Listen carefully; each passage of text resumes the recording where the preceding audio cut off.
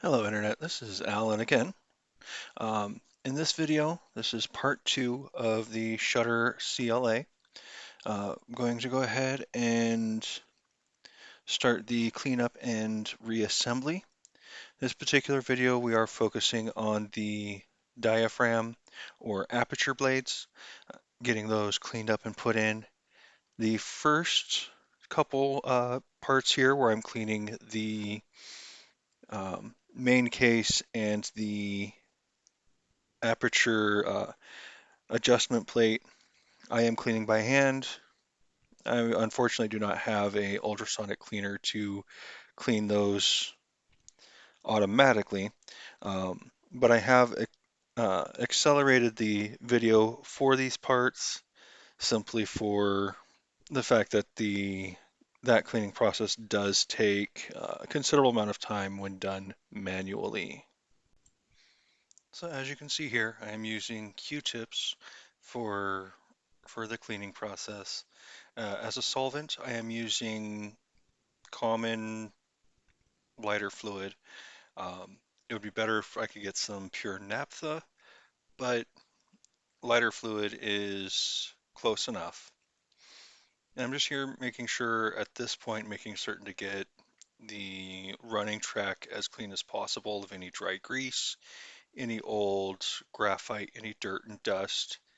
This shutter, surprisingly, was extremely clean compared to some that you may find, and it was mostly old dirt and dust with some old graphite. In fact, looking at the table here, you can see the shutter blades, which are the bulbous ones there with the tail. The gray marks there, my initial thought was that that was physical damage to the blade, but in all actuality, that is only caked on graphite. That was most likely a graphite grease going on there.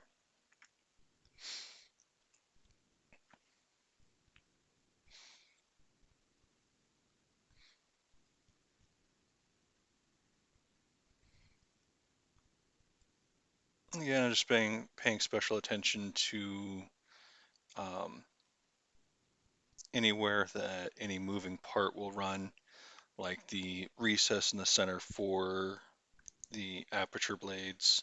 Uh, Paid special attention to the cutouts there where the tracks run for the aperture adjustment lever.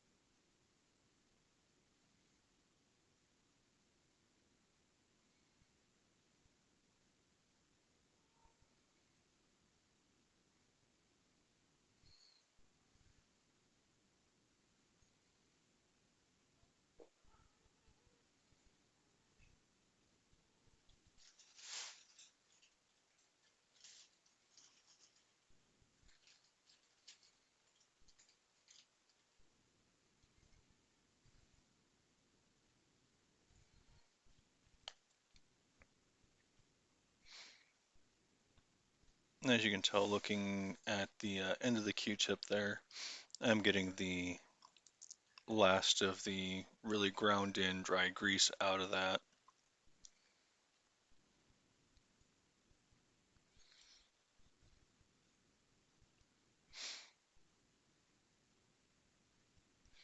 And here I'm just checking out the screws for the aperture adjustment. When I pulled it apart, I did note that they were quite caked with old grease, possibly some corrosion. I'm currently filling a cap with some of that naphtha so I can soak those screws a bit and hopefully loosen up some of that.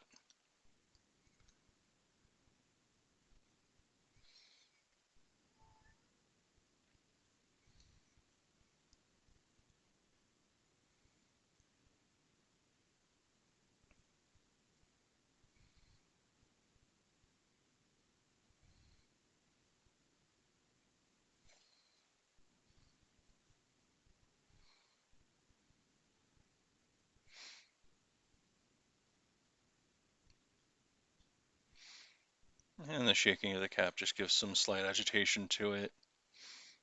If you watched closely when I was swishing the screw through the naphtha on its own, you could even see some of the looser grease coming straight off. And here I'm just using a Q-tip just to scrub out the bulk of that dry grease.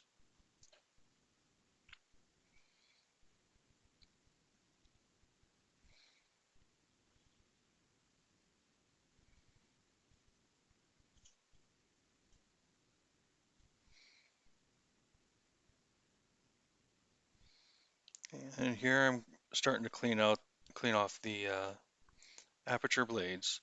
Now these did look extremely clean, not a whole lot of dirt, dust, or any other contaminants on there.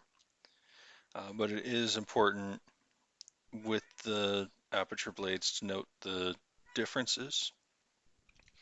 In these particular blades, the rivets themselves are relatively the same distance from the corners. Normally in Aperture blades, you'll get one that is further from the center or further from the corner than the other. The longer one will go into the case there in the divots that was pointing out with the tweezers.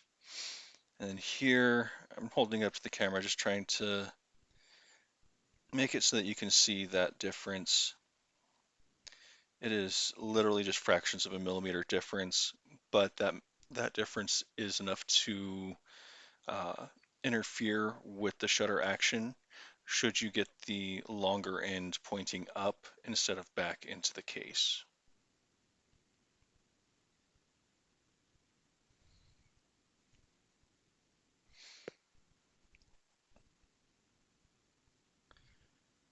And here I check each one just to make sure that I know which end is the long end.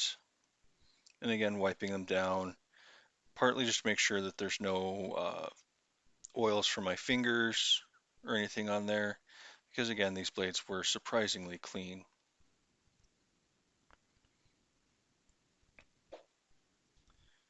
And the first 6 blades here just go directly in.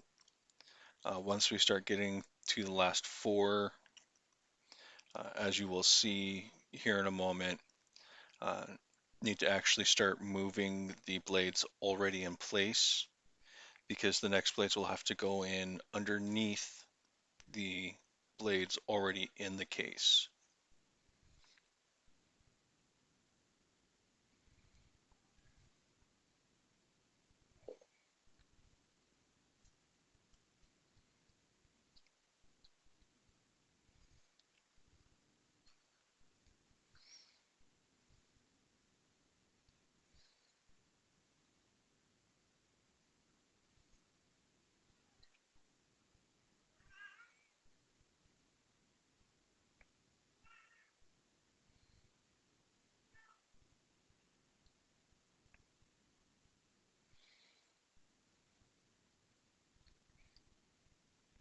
And as you can see, getting that rivet into that pivot point is fairly easy, just a slight nudge with the tweezers and it falls directly into place.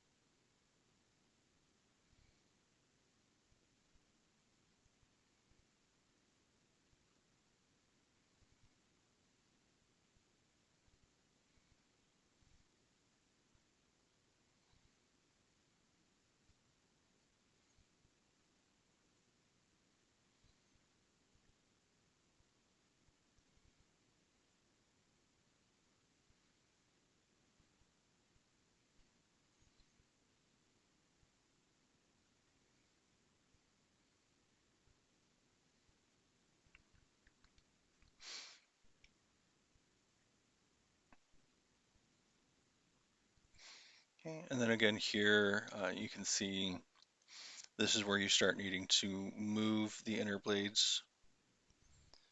Uh, you have to be careful about moving them because if you move them too roughly, they will pop out of their pivot holes when you're trying to lift them to put the next blade into place.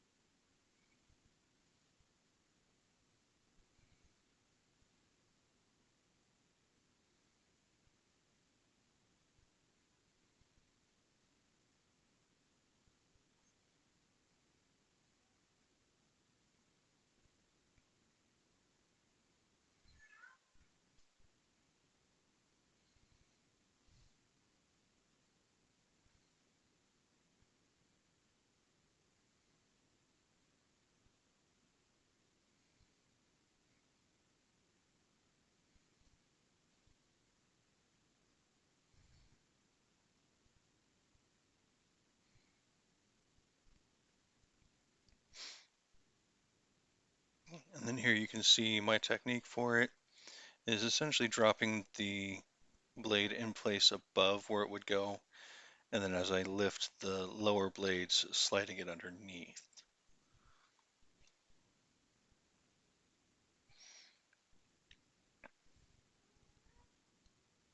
And here I'm just checking to make sure that the pivots haven't fallen out from the previous blades. Um, Looks like that first one did fall out, but with a little coaxing and just gently moving it, it did go right back into location.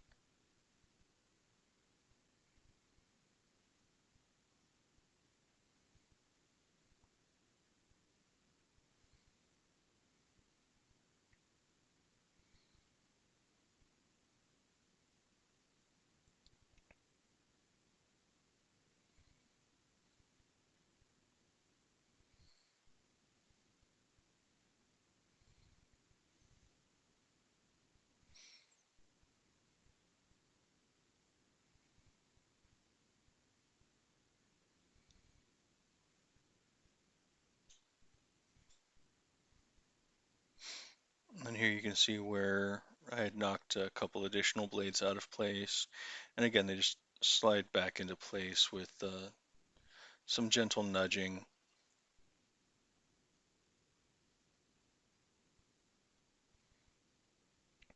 And then with those back in place, just sliding that next one forward to expose the next pivot hole.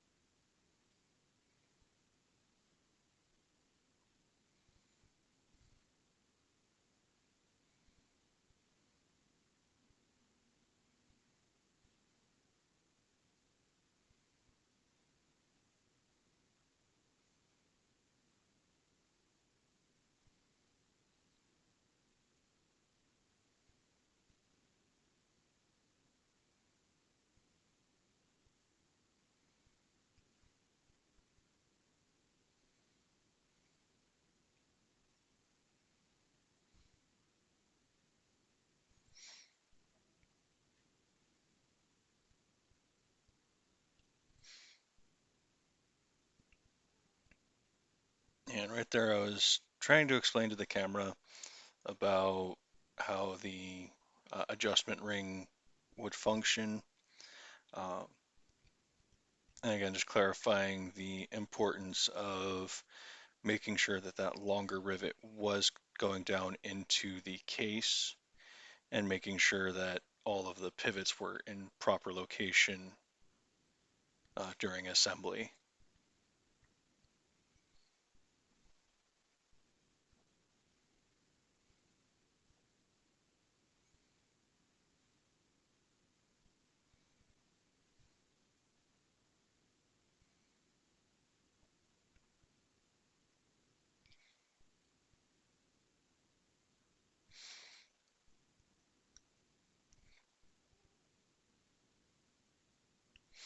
And this being the last blade going in, this is of course the most difficult. And I do apologize for the random gesticulations there. Again, I was explaining to the camera the importance of making sure that they're going in properly and that they are properly cleaned. And as you can see, because that one blade is wet, as well as the particular drop of naphtha that fell off the Q-tip, um, if you watch, the blades themselves do tend to stick together quite vigorously. Because here you can see me getting that last plate in place.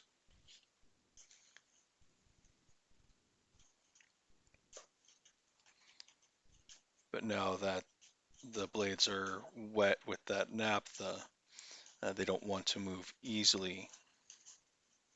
And it's the same thing you really have to worry about with any sort of oil or grease on the Aperture blades. They'll do the same thing where they don't want to move. And if you do get a situation like that and you force them, you can cause them to bend or buckle. Sometimes even they will tear off from their rivets or even tear in half.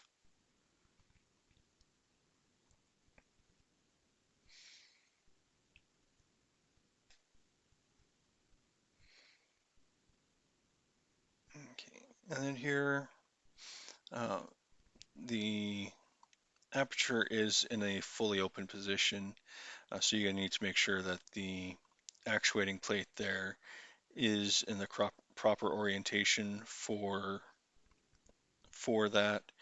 Um, Being that the blades are open, you would have it in the open position, and then you just need to make sure that each of those pivots do go into their respective slots. And you can see here, most of them do go in, and with just slight adjustments to the position, the others do fall into place.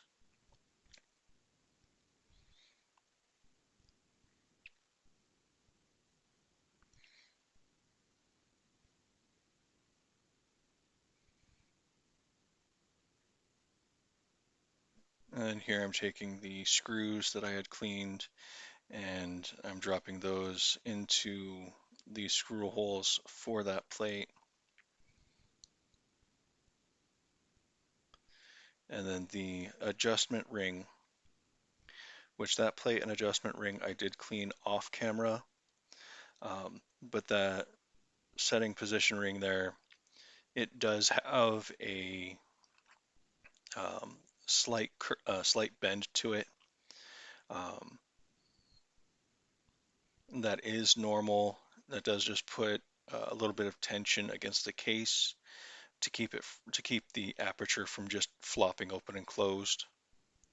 Because obviously you don't really want your aperture to move once you've set it for taking the picture.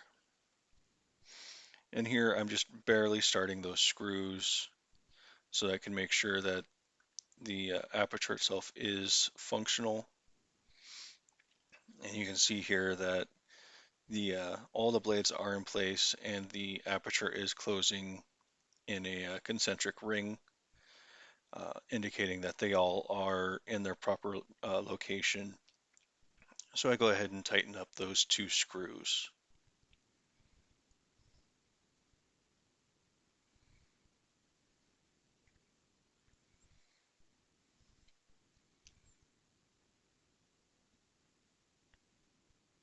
Okay, and then here I'm just picking out any sort of fibers or lint left over from the Q-tip. And that is the aperture done. In the next video, we'll move on to the actual shutter and the drive mechanism behind it.